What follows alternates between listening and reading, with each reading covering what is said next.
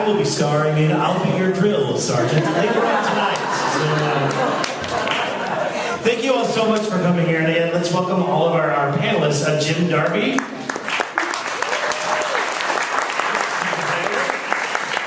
Marquell. I think Megan, with her approach to women at war and compiling the stories for the script, I think that's a really interesting opening question. So why don't we open this up to you, all three of you. What led you to enlist? I think you're good to go. I think you're good to go. It's all right? Yeah, there you go. That's a funny question. Because I was drafted. There are a lot of people in the room here, I'm sure, who were drafted. They remember getting a letter from Selective Service saying, "Greetings, and Uncle Sam wants you." And I was in college at the time, and I had a year and a half, and I wanted to finish that last semester. And I went to the draft board, and I said, I would like to get a deferment for 3 months, and then I will go in. And the woman sitting behind the desk was the biggest, largest person I had ever seen in my life. And she glared at me when I walked up to the counter. She asked for a deferment. And I said, I would like to get a deferment for 3 months. And she turned to one of her co-workers and she said, "Hey, Mabel, we got another draft dodger here." I went off. I said, "Fuck you, fat ass. You can take the deferment and shove it in your ass." And I turned and walked out, and then I realized I'm doomed. I got out of the streetcar, 63rd and Cottage Grove. We had streetcars in the old days. And I went right to the Naval Recruiting, and I asked them if I could get in the Navy because I didn't want to go in the Army. And they said, "Only if you sign right now." Of course, I did. And for any of you people who have gone into the military, you know that the application form, the very bottom line, says something about homosexuality. And as a devout Roman Catholic, I read the bottom line, and it said, "Are you a practicing homosexual?" And I thought, I'm not practicing. I think I perfected it.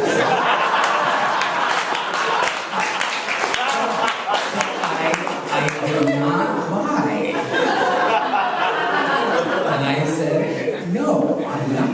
So off I went to the Navy. And I will tell you that was the beginning of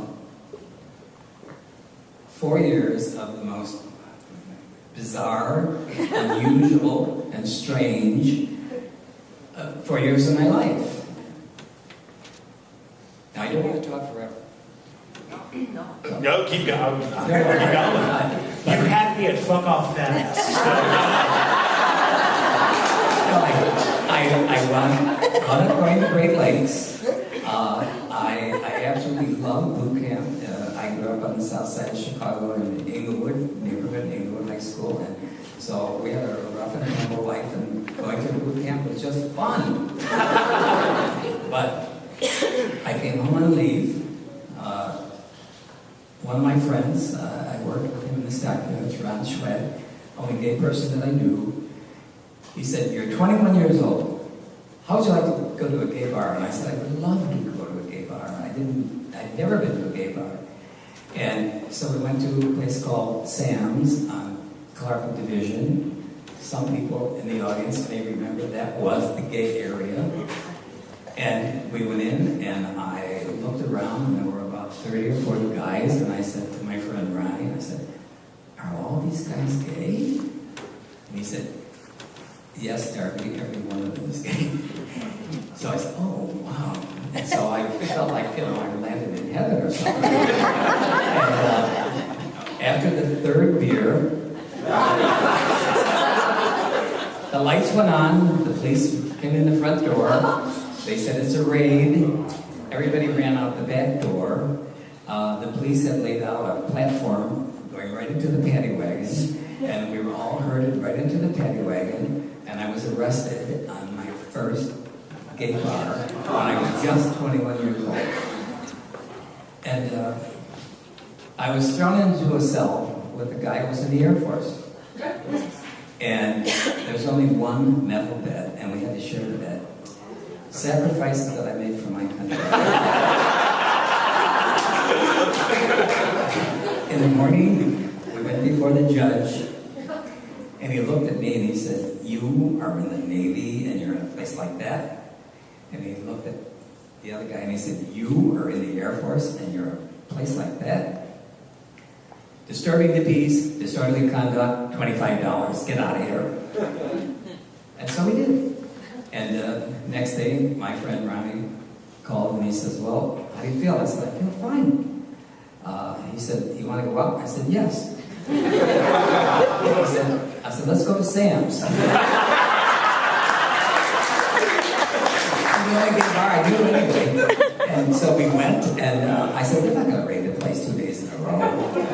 But I also felt that the Chicago police had probably forwarded all this information to Great Lakes, and so I was doomed as far as the military is concerned anyway, so I didn't give a crap about it. And nothing happened. So I went back, and I wound up going to Seattle. I was stationed on an island off the coast of Seattle called Baim Island. I went to radio school, teletype school, Morse code. I did all kinds of things like that. And I was loving it. And obviously, the police did not report anything to the Navy. But one day, I was called into Seattle, and by the NIS, the Naval Intelligence Service, and I went into his room, and there were 5 guys sitting there, and I had no idea what it was all about, and the first thing they said to me is, "Mr. Darby, do you know what a homosexual is?" And I thought, "Oh shit, they found me out." And I said, "I think so." And then they said, "You know, on April 23rd, you went on Liberty with 3 guys and you stayed at the Stratford Hotel." I was dumbfounded. They had followed me. And then they said, "Who did you sleep with?" And I told them. They said, "Did you hear any sounds coming from the other bed?" And I said, "No, I was drunk, I was sleeping." And it turned out that one of the other guys was gay, and I did not know that. My gaydar was almost 0. And they were investigating him because he was being blackmailed by somebody else. And at the end of the interview, they said, "Well, Miss Darby, what do you think about homosexuality?" And I said, "Well, it's against my religion." And he said, "Okay, that's enough. Get out of here."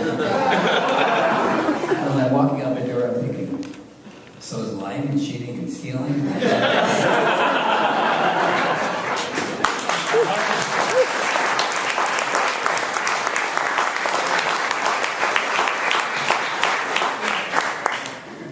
So you were drafted. Okay. So same question to you. What led you to sign up to serve? Check. Yeah, check it. Yeah, we're good. Well, I finished up the school at University of Illinois, Chicago, and I was actually already going out with someone, the person I'm with now, Michelle. There was thanks, but it was a 23-year match, so. In any case, after teaching, I sort of figured it maybe wasn't my cup of tea at that time in my life, and I really liked investigating.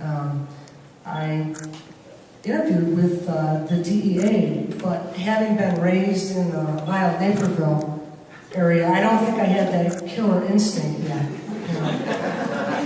So although I passed the interview with the DEA, they said, "We're going to do you a favor, and you're just too green." So I went into I enlisted in the Army, and this is after school. I sort of didn't tell anyone, so it was a big surprise, and everyone thought I was a little bit nuts. But I wanted to go a fast track, get my education, so to speak, my street savvy or whatever, and then go into the FBI. So I entered into a contract with the Army and did not go in as an officer because I wanted my job. And I wanted my top secret clearance done. I wanted to see if that would pass, if you know what I mean. And it was funny what you were saying about the homosexual question. It's a tough question because we're not liars, you know. We don't want to lie about ourselves, but during my interview, which was about 6 hours to get a top secret clearance just to begin with, the guy couldn't say lesbian. He kept on saying lesbian. He couldn't say it. I don't know what you're saying, but I'm not that.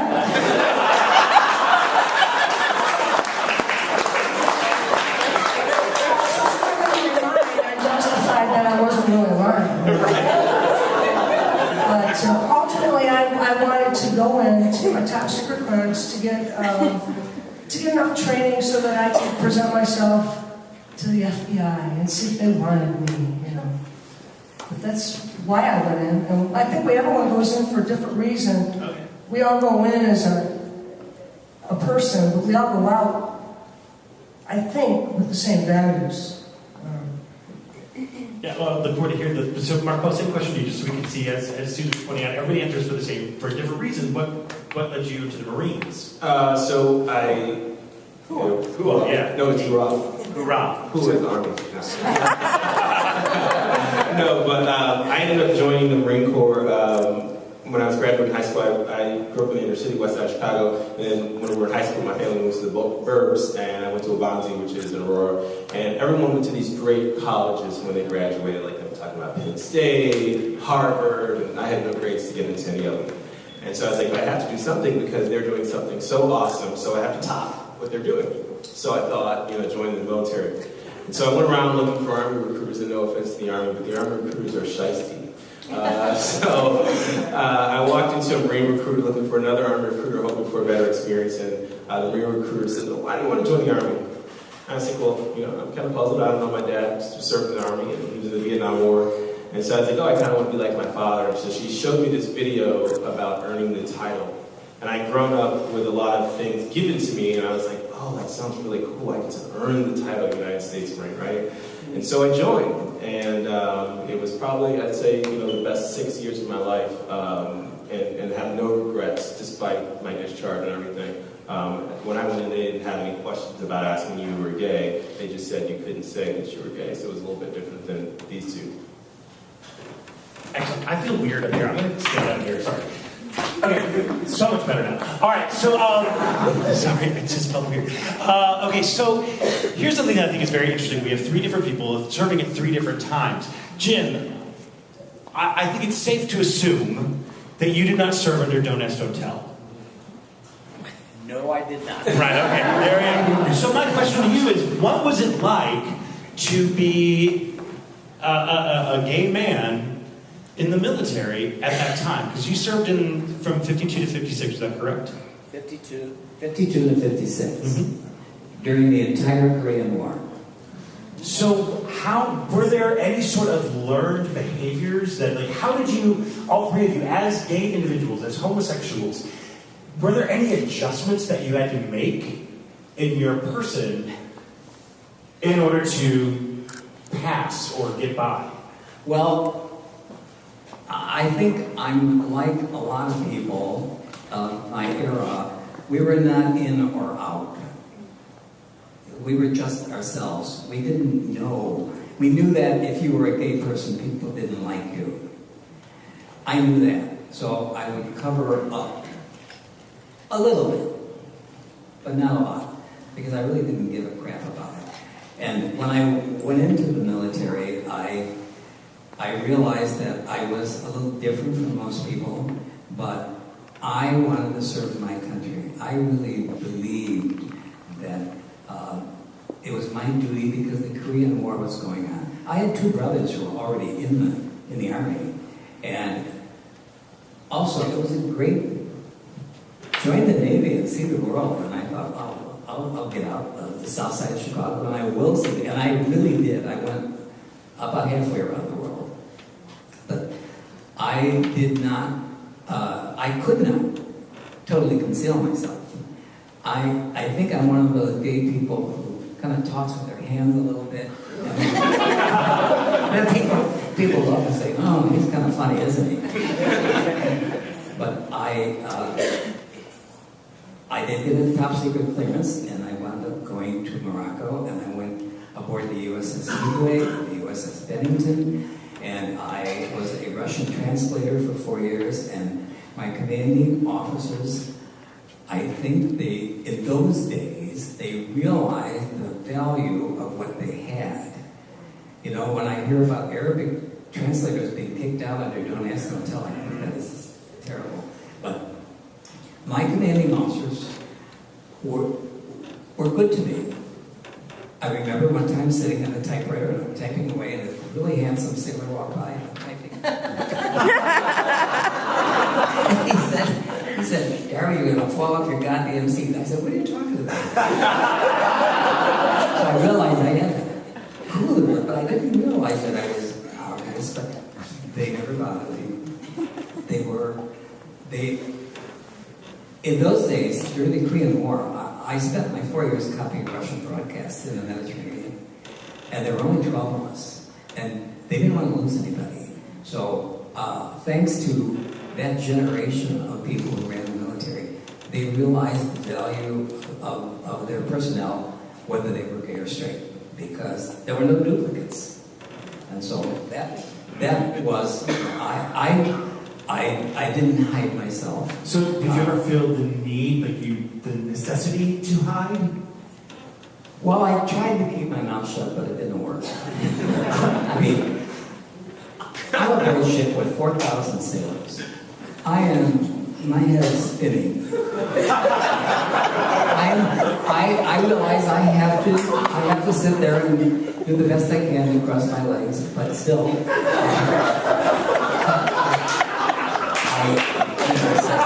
I have to maintain a certain decor. I am a sailor, so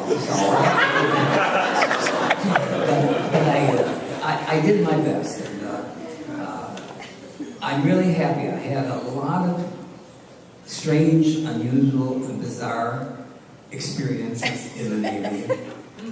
I'm not going to go into all of them now. I wish you would. I'm going to say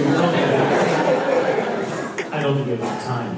But I think it's a really interesting point that you brought up, this whole aspect of they were recognizing your talents. And you were a Russian translator, and you made the allusion to the fact that there were a lot of people who were discharged under Don't Ask, Don't Tell. I believe there were about 12,000 people who were discharged for that. And right before 9/11, I know there were 55 Arabic translators who were discharged. And on September 10th of 2001, they received a transmission that says, tomorrow is 0 hour. And that transmission wasn't translated until September 12th.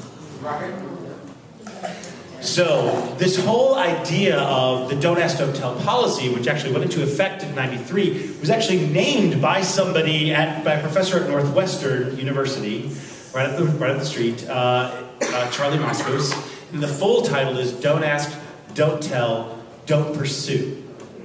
We kind of forget that part. And actually, Susan, you kind of had an interesting part with that because you did have, pursuit was part of what you were there for.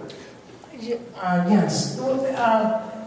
First of all, I was going to say that I enlisted in February of 1991, which was the first Gulf episode of the war. What do we call it? Conflict. And there was no Don't Ask, Don't Tell.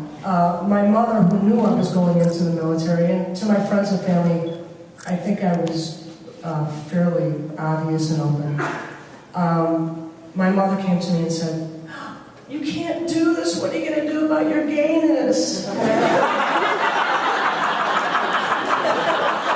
My mother made up She made up a word. So, but what I was going to say is, so after training, after my basic training, and then after my initial training, my AIT, which was intelligence training, I was very afraid that my background check would show that I was gay, and then I would be either arrested or kicked out, or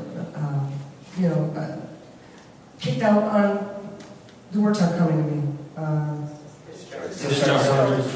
Dishonorable discharge. But when I got in, you were asking, how did you know other people were, and was one of your questions? Well, I think because you were part of the investigative. Sorry. So then I was recruited to Army's Criminal Investigations Division Command, which you guys know of. We investigate homosexuals, right? So they went that way, hurry. No,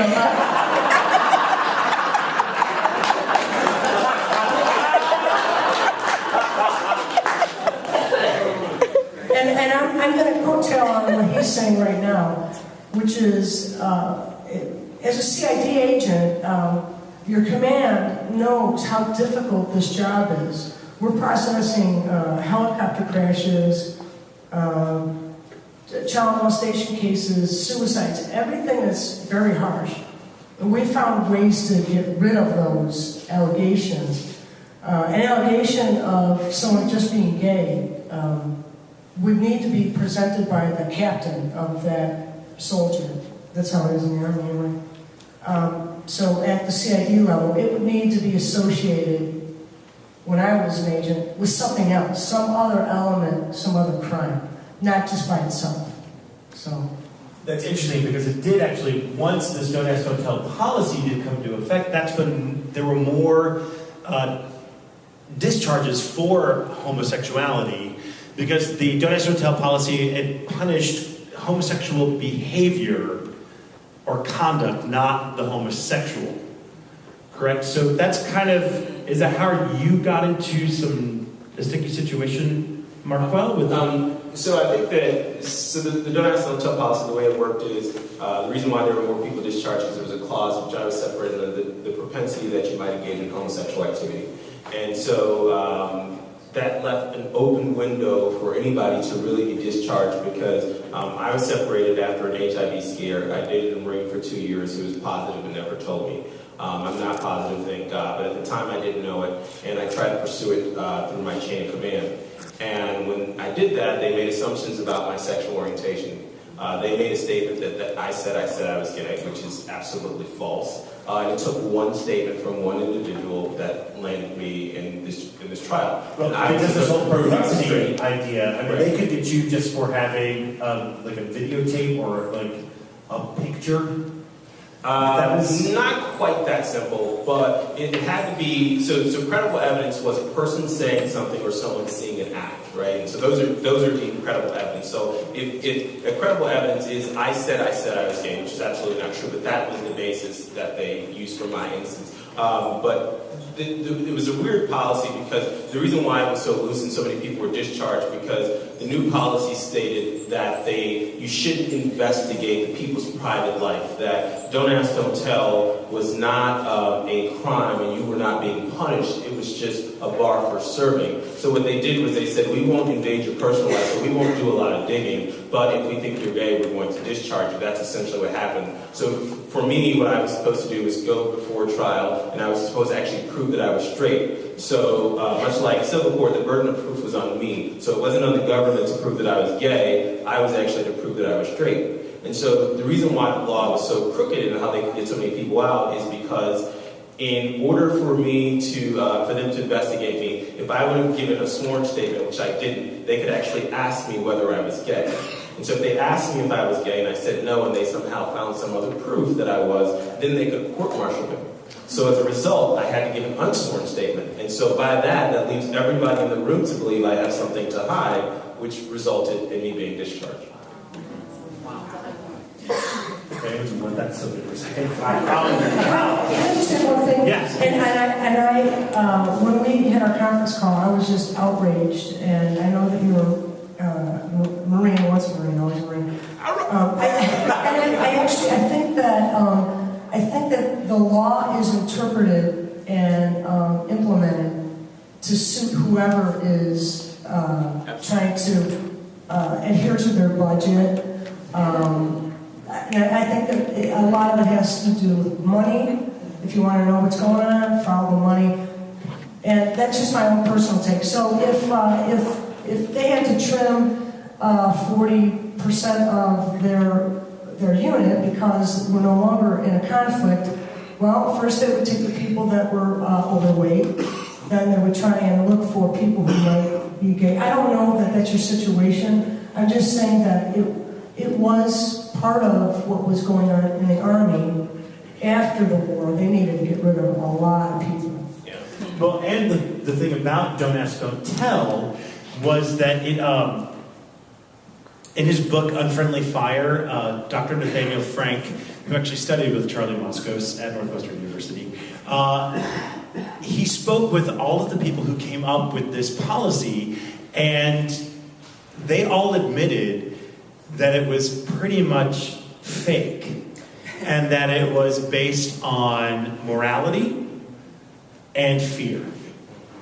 It was all about trying to keep gays out, trying to keep the military is there's a whole separate issue that Megan was exploring with women at war, just about having women in power and women in the military, let alone having homosexuals in there. Again, challenging this idea of masculinity, this masculine entity that is the military. I totally forgot where I was going with that. No, but I'm admitting it. You were looking for the pretext to pursue. Yeah, and I had a really good question, but I can't remember what it was. I was going to go after that. But we'll keep moving. No. Oh, so, but what was it like to serve under that sort of pressure? Of, knowing that, any little misdeed, like in your case, Marquell, it came down to one person saying, yes, he's gay. Yeah.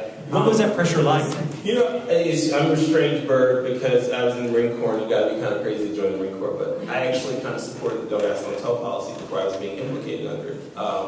If I saw a Marine walking around base and with an extra sachet, I'd be like, what the hell's wrong with you?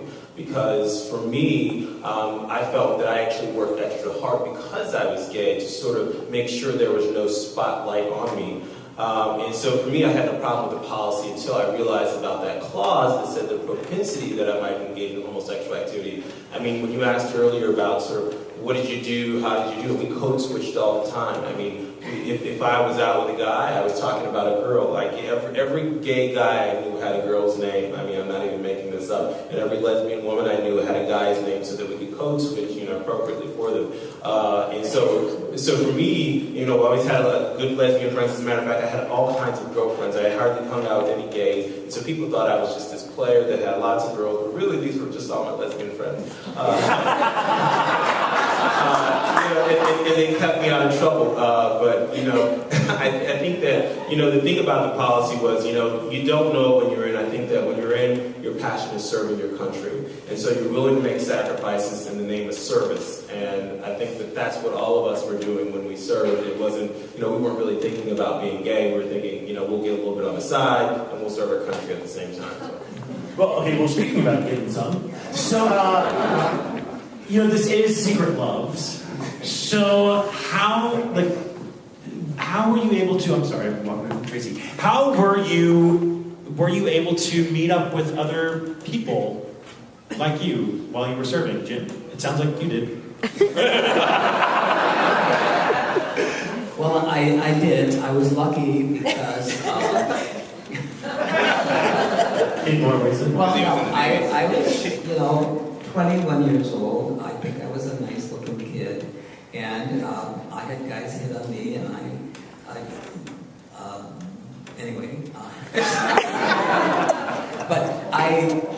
Well, how did you find each other? Well, it's the same as in civilian life. How do you find people? the word gaydar wasn't there. So we would see somebody and we would know that there was something different about them, and the difference was the same difference that was about me. And so I tried to keep my romances discreet. And I have to tell you a funny thing. This morning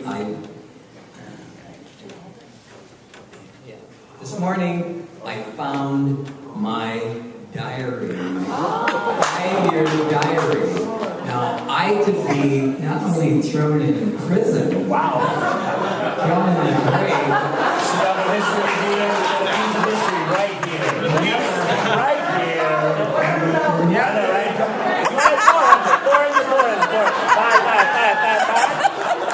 Never to be seen in the light of day again. I mean, that was the worst crime that I committed in the military.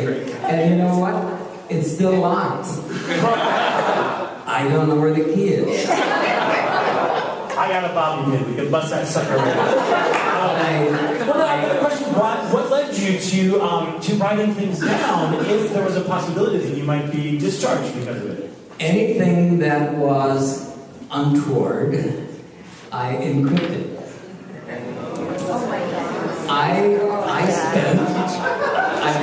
I went to Russian language school. I went to all kinds of military schools. I ran machines like the Enigma machine that had 10 wheels in it every day. And so I knew how to create my own little codes. And if I had a liaison with some person, I would encrypt that. So about a quarter of this diary is encrypted. And I made up my codes as I went along. So I could probably never decode it.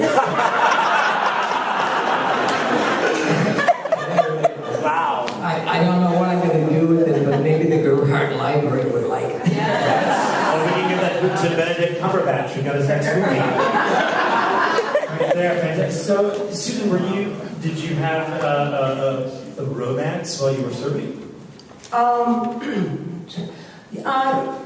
Yeah. Yeah, I was very goal-oriented, so I was kind of like, okay, now go. Okay, that was sort of my. But I would tell you that we were touching on before how he was changing pronouns and hanging out. Many people that I know got married to a gay person. A guy and a girl, like normal people. That's a joke. Right. So that happened a lot, so that they could get off. So you're saying that a lesbian and a gay man would get married? Mm-hmm. Absolutely. Yes, from all of you. Yes. Yeah, because then they could have live off base or have private quarters. They could have their people over, no one would know. I lived off quarters with 3 other women when I was stationed at Fort Hood. As friends. Wonderful friend, okay. So Marquell, clearly you were in a relationship while you were serving. How did you two find each other? How did you meet? So I was in the day and age of technology, so we had the internet. We didn't have grinders back then, but we did have gay.com. So I was in during the day and age of the internet. But the other thing that I feel like so you just said you had gay.com. Were you on gay.com? Oh yeah. Didn't you? Now with something Not like something. Because there is. Well, no, I mean just because we are like you're with the Marines. Mm-hmm. We are in an age of technology. You are in an age of observation and surveillance. Did you ever think that might get you in trouble? Well, I never used my face. Okay. And I knew enough about how the law worked. Right? And so you couldn't get in trouble for being on a website, right? Because that is. But wouldn't that just show that you had a propensity to being gay? No. It's weird because okay. I know it gets real gray, but the thing about the policy was that you had to put it before someone. So if they went in to go seek it, that's like entrapment. So that would be illegal. Now, I never used my face on any of that stuff, and I think that no one was on websites. I mean, by the time I was in, they were not investigating. Even when I was being discharged, and through all of it, they didn't want to dig into your personal life by the time that I was in. So nobody was going to seek you out, but if they had something before them, they were willing to deal with it, if that makes sense. The commanders were. So when were you discharged? So I was discharged in 2006. And so even to tell you how weird and terrible the policy was, the guy that puts my life at risk is actually still been promoted 3 times, I think 2 or 3 times since then. His command determined it was hearsay. My command determined it was sufficient evidence. Each commander has the authority to do whatever they want because they're the commanders. They say this is evidence, this is not. And so you talk about how bad the policy was. In order to get him, they had to get me to admit that I had sex with him. And if I did that, that is sodomy, which is a court-martial offense. And so I could not actually admit it, and if I did, I could potentially get court-martialed. So it was definitely a very, a lot of stuff to it. Since I'm just going to go on to that. Yep. Under the Uniform Code of Military Justice, anything that is not anything other than intercourse with your spouse, missionary style, is a perversion. So everything else is actually technically an offense that you could be brought up on. You know, Article 125 did say, however slight the penetration, the act is complete. And I used to run around and say, I'm going to stick my finger in your ear and you're going to jail.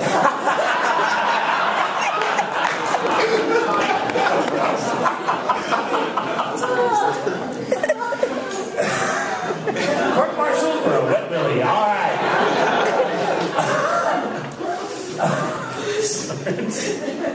Jim, I love you. Can I come home with you guys? Why don't we open up to some questions? We seem like we have some questions over here. Marquell, were you dishonorably discharged? So initially when I got discharged, I got a general discharge on honorable conditions, and so many people say, what does that mean? Well, I lost benefits. So it didn't affect me with employers, but if I wanted to go use my GI Bill, I couldn't. If I wanted to go get a VA loan, I would have trouble. All of that has since been corrected. My record actually says that I was no longer discharged. I actually was really, really, for real, wrongfully discharged, so they corrected my record. But it took 8 years. Literally, it just finished in December of last year, all of my stuff. So.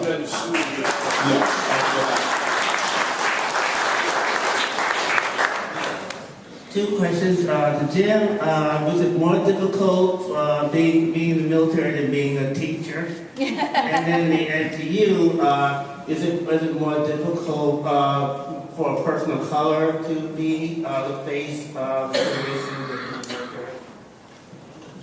Thank you. You know, I got out of the Navy in 1956, and I bounced around on a few jobs and finished college, and I got into teaching. I started teaching in 1963. You could not be a gay person and work for the Chicago Board of Education in 1963. So I had to cool it the best I could. And I realized over my 30-year experience in the Chicago public school system that probably a quarter of the teachers are gay. I mean, I don't want to damn anybody, but every music teacher, every art teacher, woman's gym teacher, every English teacher, there were a few straight gay men teachers, but you couldn't be gay when I got in, like the Navy, but when I retired, I was completely out. Unfortunately, I was the only one in my whole school who was out. I mean, there were screaming faggots on the staff, but I was the only gay person. Don't sugarcoat it, really.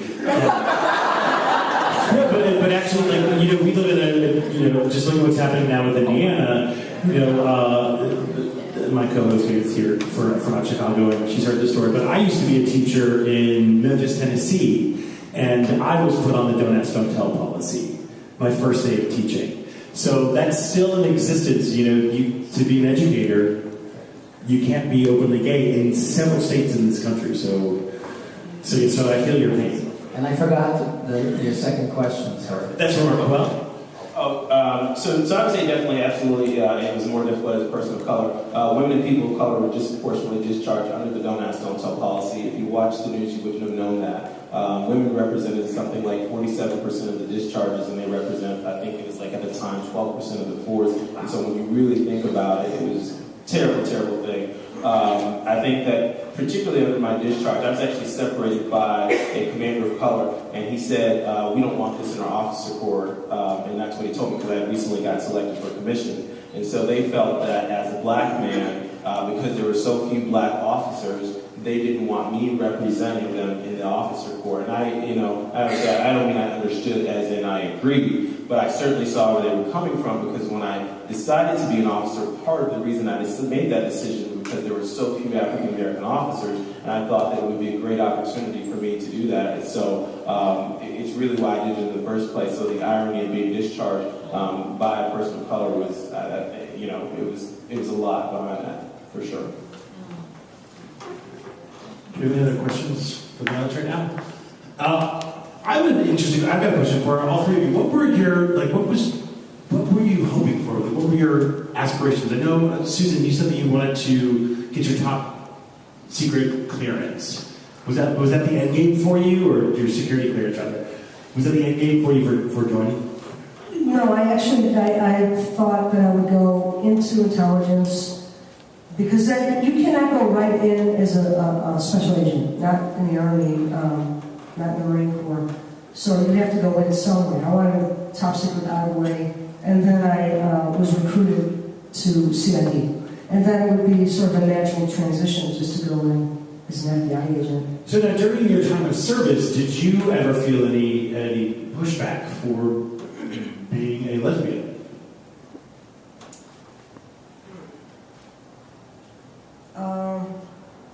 If I did, I might just repress that. You know what I mean? Because probably, since I'm stumbling with a question. Yeah. But can you ask someone else a question? Yeah, absolutely. I love the suit. So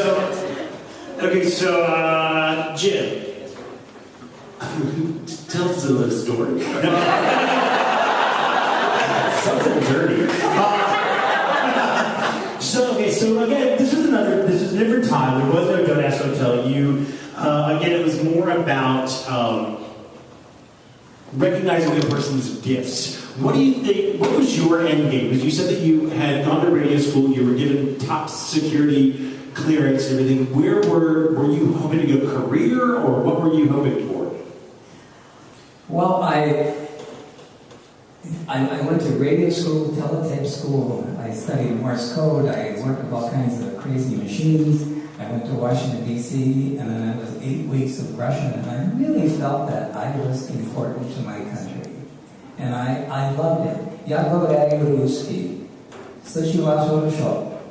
And I carried that with me. I was in the eastern end of the Mediterranean copying Russian broadcasts 8, sometimes 16 hours a day, military broadcasts. I really felt that I was an important cog in the wheel of the U.S. Navy of this country. And I was pleased. When my time was up, my commanding officer asked me if I would like to re-arm. And I said, well, can I think about it? And he said, yes. And I thought about it for 2 minutes, and he said, I will let you go to Monterey Language School for 2 years, take any language you want. You'll then have 6 years in the military, and you will only have 14 more years, and you can retire. I thought, no, I'm not going to push my luck. I knew I would not last. I was thankful that I managed to get through 4 years without. I saw people disappear. I saw gay people being blackmailed, and I decided it's time for me to get out, and I did. And fortunately, I got the GI Bill, which allowed me to go to college for 5 years. And I want to add one little thing to that.